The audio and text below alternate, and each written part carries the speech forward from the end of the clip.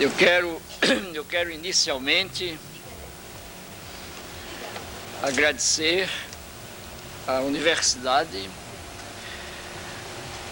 à Secretaria de Estado de Educação Municipal, Educar, por me trazerem cá. Do departamento ao Centro de Educação. E é interessante também que eu diga a vocês presentes que esta era uma das últimas universidades que eu precisava visitar no Brasil. Eu voltei do exílio em 1980 e fui convidado por possivelmente 80% ou mais de universidades brasileiras para conversar, para discutir, para debater. E a Universidade de Santa Catarina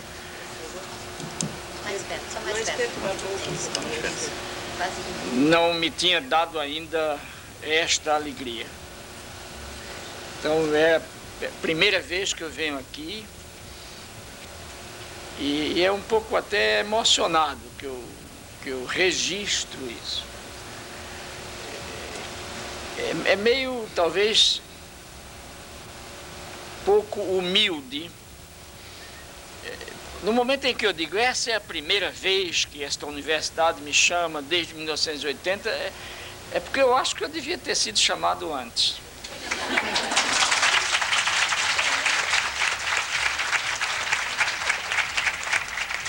E se eu acho que devia ter sido chamado antes, é porque eu acho que eu tenho alguma coisa para dizer. E talvez isso seja pouco humilde, mas é verdade. Então eu prefiro ser verdadeiro e dizer isso. Mas eu estou contente. O ruim mesmo é se eu tivesse morrido sem ter vindo aqui. Mas agora estou salvo. Eu quero também felicitar a universidade por ter organizado este curso, ter convidado e ter trazido aqui especialistas brasileiros e não brasileiros, nem sempre coincidentes em suas posições pedagógicas, sobretudo políticas. E essa, para mim, é uma das tarefas da universidade. Imaginem vocês que se vocês tivessem trazido aqui durante um semestre todo somente gente que pensa igual a mim. Não está certo isso. Quer dizer, a universidade, no fundo, entre outras tarefas, ela tem a de oferecer-se como um fórum de conflito, de ideias, de busca, de curiosidade. O importante para mim é que se faça isso em termos respeitosos, mas em termos críticos.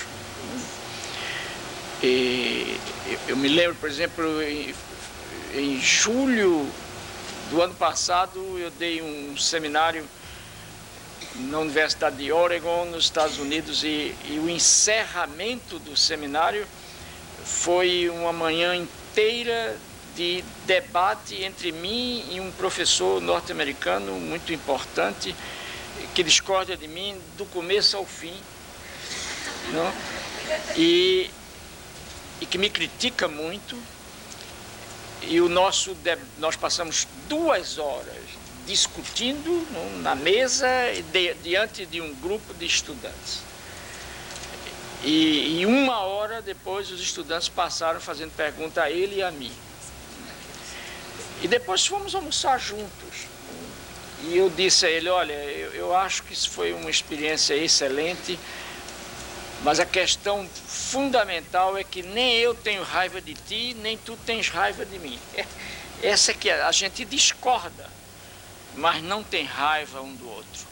Então eu felicito a universidade por isso também, por ter oferecido ao grupo de participantes deste seminário a possibilidade de entrar em contato intelectual com posturas ou com análises diversas, com análises diferentes.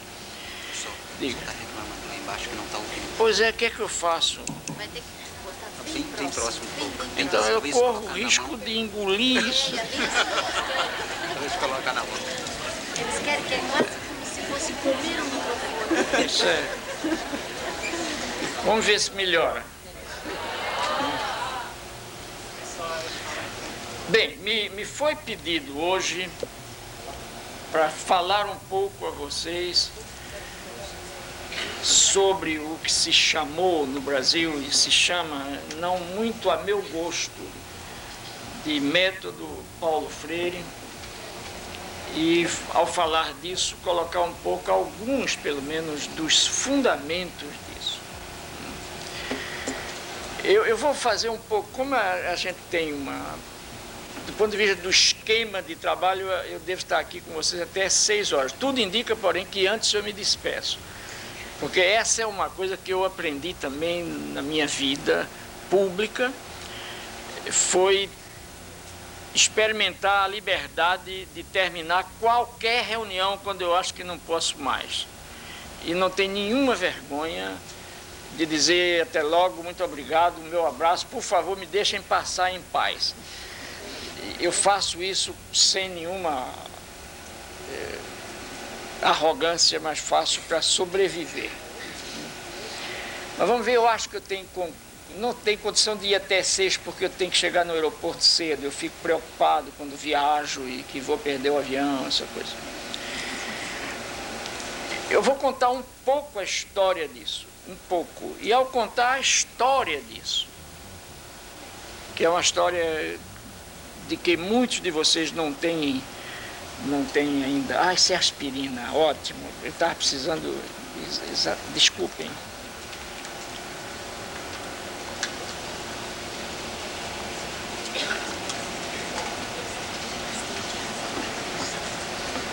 Está quente, hein?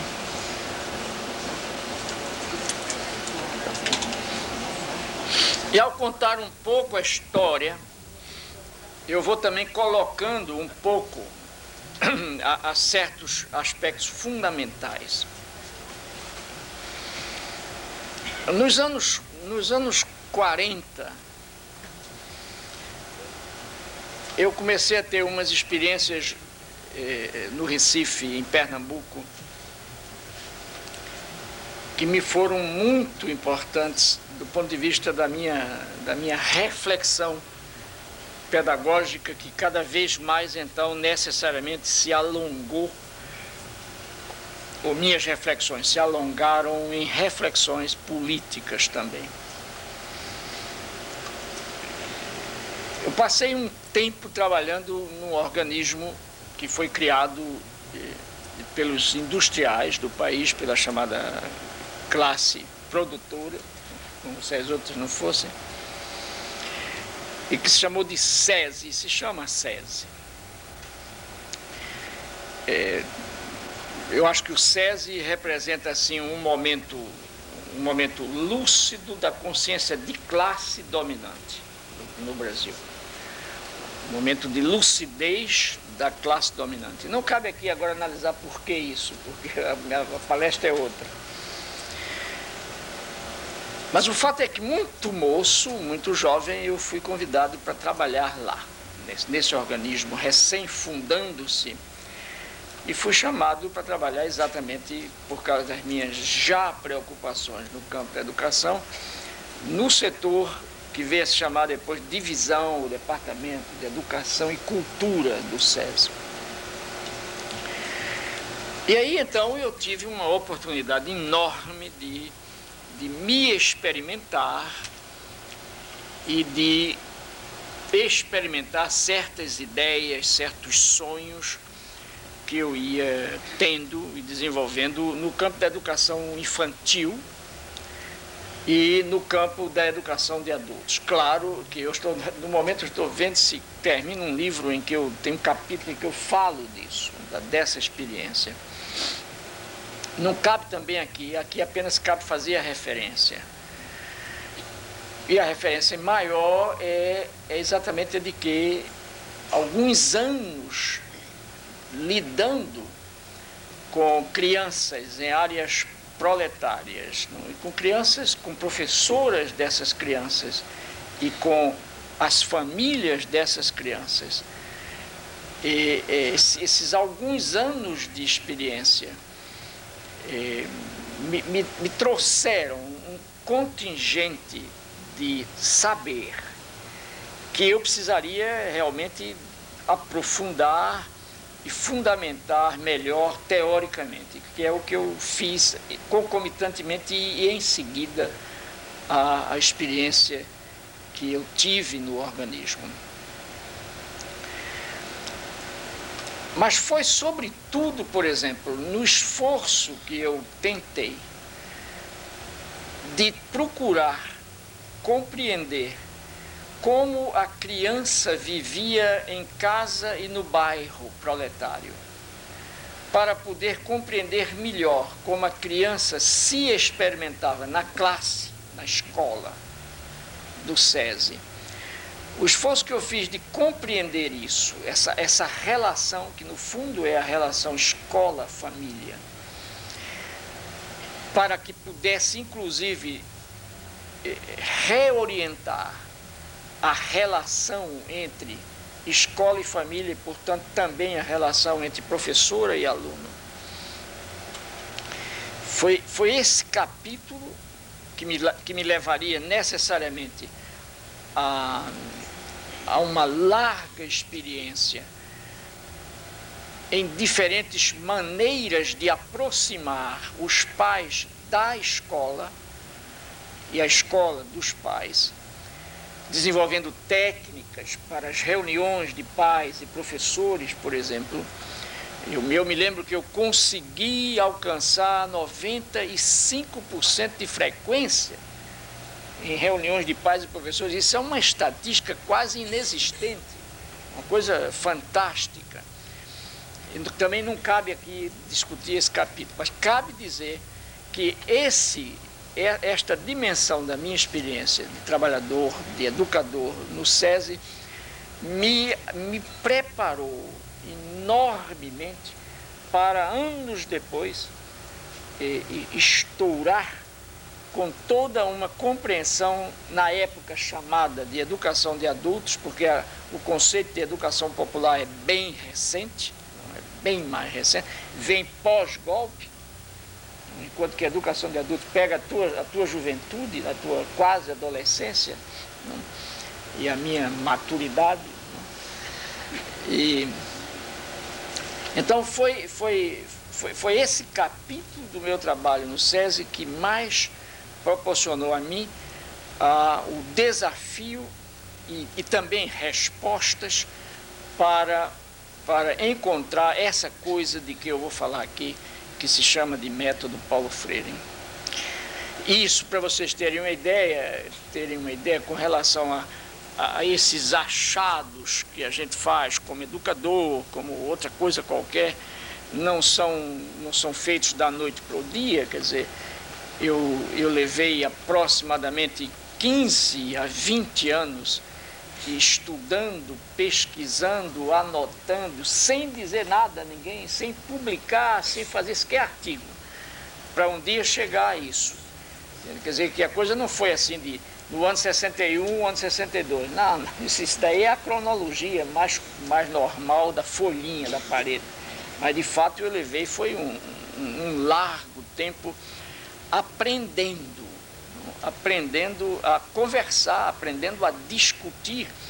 Eu não esqueço, por exemplo, recentemente eu falei disso e saiu um texto meu nos Estados Unidos em que eu falava disso também. Eu me lembro de que houve um período em que eu estava muito preocupado com o tipo de castigo doméstico que os pais infligiam aos filhos. Então eu fiz uma pesquisa assim, muito empírica, muito concreta, para estudar e catalogar, inclusive, os tipos diferentes de castigo. E encontrei resultados assim terríveis, não? De uma violência enorme. E aqueles resultados me preocuparam um pouco por causa de minhas ingenuidades também. Quer dizer, eu estudava esse tipo de relação do pai com o filho sem contextualizar estas relações. Então, evidentemente, a contextualização era a minha contextualização. Então, não podia dar. Quer dizer, do ponto de vista meu de classe social, a coisa era diferente do contexto operário. Mas eu fiquei tão assim preocupado com os resultados dos castigos que resolvi fazer uma arrancada de reuniões em todos os centros que o SESI tinha com escolas, discutindo com as famílias, com as professoras, com os meninos, com todo mundo, este problema do castigo físico, da questão da privação, do castigo moral, por exemplo, da repressão em qualquer nível. E me lembro então de uma noite em que, discutindo isso, eu fiz, em primeiro lugar, uma longa palestra, um longo discurso, em que eu citava Piaget e o código ético do castigo, do menor com relação ao castigo. Quer dizer, a compreensão que o menor tinha, que a criança tinha ou fazia, do castigo do ponto de vista ético. Que foi o resultado de umas longas pesquisas de Piaget nesse sentido. Então vejam, o meu erro, quando eu fiz, ainda me lembro hoje do meu discurso, e me lembro da resposta que eu tive por parte de um dos pais presentes, que é um discurso que eu cito agora nesse livro, lindo, não discutei quase o discurso ainda na minha memória, como ele me marcou. O meu problema, o meu erro não é que os pais operários não fossem capazes de entender, afinal de contas, a posição central que Piaget defendia. Eles seriam capazes também. Mas o meu problema era a maneira como, era a linguagem que eu usei. Em primeiro lugar, eu falei de Piaget e eles não sabiam nem como se escrevia essa palavra. Em segundo lugar, eles não tinham ideia nenhuma de Suíça. Que muita gente ainda pensa que Piaget é francês, mas não é, é suíço. Os franceses é que dizem de vez em quando. Quer dizer, não era possível falar em código ético usando essa linguagem. Quer dizer, eles teriam possibilidade de entender se eu tivesse tido já, na época, a capacidade, o bom senso de perceber que eu não poderia superpor ao saber do senso comum o meu saber. Que eu teria que partir do senso comum, problematizar o senso comum e dizer o que é que no senso comum quer dizer no pensamento rigoroso código ético. Aí bem, aí é possível e aí se faz, mas não como eu fiz. Então, o fato, por exemplo, de eu ter sido criticado naquela noite, de maneira altamente cortês, sábia, rigorosa, dura, inteligente, eu nunca mais esqueço quando o homem, um operário aí de seus 40 anos no máximo, que eu não sei se vivo está, não sei se sabe, inclusive, que eu existo. Ele não tem ideia de que ele anda sendo citado por mim, pelo mundo, em várias línguas, com esse discurso maravilhoso que não foi escrito, mas que eu memorizei e do qual eu não me apoderei, porque tenho que citá-lo, porque o discurso é dele. Mas ele pede a palavra e me desmancha completamente. e diz que gostaria enormemente de falar para dizer que tinha acabado de ouvir as palavras bonitas do doutor Paulo, que tinha falado do pai, do filho, do diálogo, do castigo. Depois disse, eu acho que eu vou dizer ao doutor o que é que quer dizer castigo partindo dele e castigo partindo de nós. Aí disse, doutor, eu não sei onde o senhor mora, não sei sua casa, nem o bairro do senhor. Você vê que é uma análise de classe fantástica. Mas o que eu sei é que o senhor deve morar numa casa solta no terreno. Não sei se aqui no sul se diz isso também. Uma casa solta de oitões livres.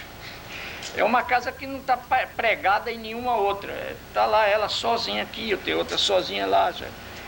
Isso é o que se chama oitão, que são o lado direito e o lado esquerdo, oitões livres. E você circula por aqui. Disse, o senhor deve morar numa casa de oitões livres, solta, que tem um jardim na frente com uma grama inglesa.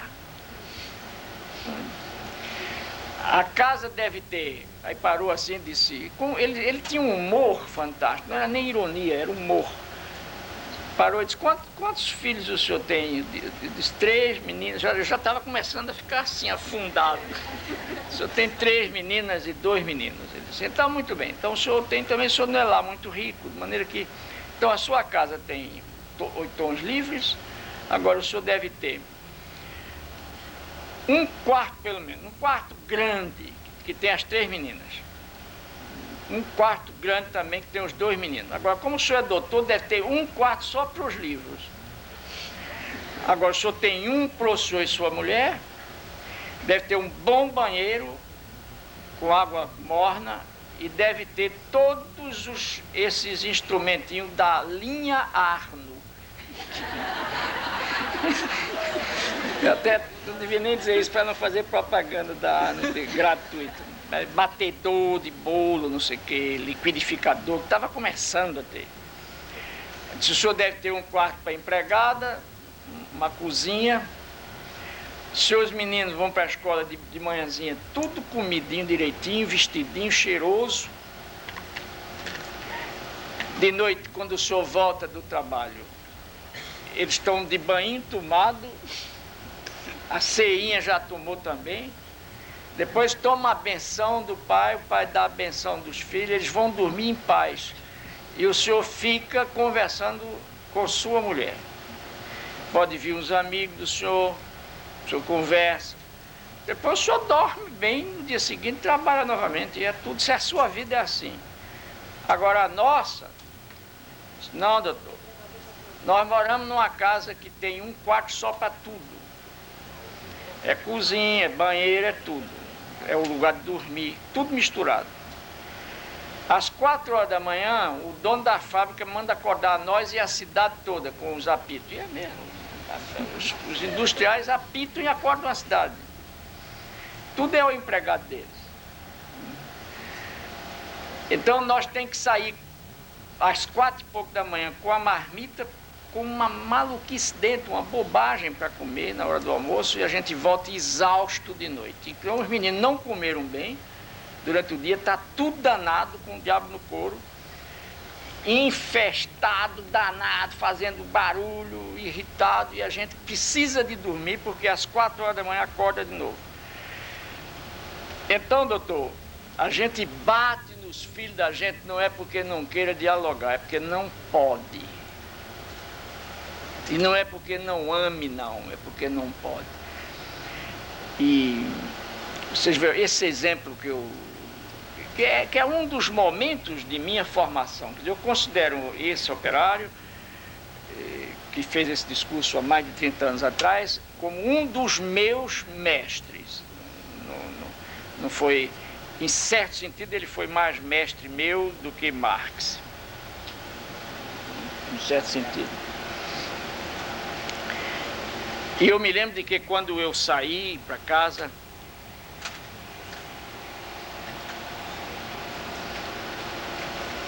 A Elza, que foi minha primeira esposa, me dizia: o que é que você achou disso? E você vê como é difícil a gente mudar, a gente superar determinadas posições que estão um pouco arraigadas na gente, superar certas certezas que a gente pensa que tem. É por isso, minhas amigas e meus amigos, que eu digo hoje, um dos momentos mais importantes de minha vida, do ponto de vista intelectual, foi quando eu cheguei à conclusão de que já não estava certo das minhas certezas. Aí, bem, eu dei um grande passo. No momento em que eu descobri que não estava mais certo das certezas, eu comecei a descobrir que posso ter certezas. Porque não estando mais certo das certezas, eu me abro a ter certezas e vou buscá-las. Mas descubro ao encontrá-las que posso deixar de ficar certo nelas de novo, para de novo ter outras certezas. Então, para a gente ver como demora a superar isso. A Elza disse: o que é que você achou? Eu disse: puxa, como eu não fui entendido. E a Elza me disse: não, você é que não entendeu. Quer dizer, a Elza foi, na minha vida também, exerceu um papel maior do que esse operário. Porque ela fazia isso a nível de um saber que o operário não tinha. E de um amor que o operário não podia ter por mim.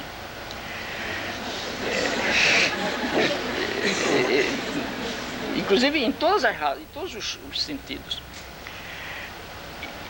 E eu custei a compreender. No fundo, o operário estava me ensinando que eu precisava tomar conhecimento das condições de classe em que a gente vive, das condições concretas em que a gente vive.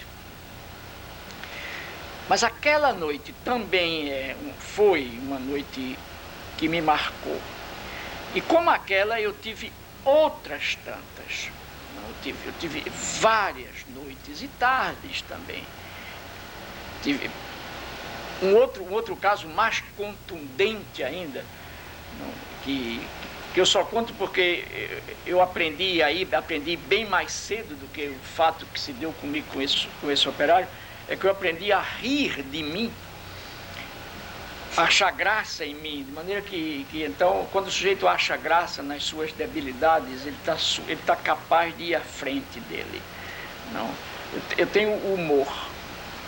Eu me lembro de uma vez com a mania de fazer discurso, de fazer fala, não, de expor, de explicar.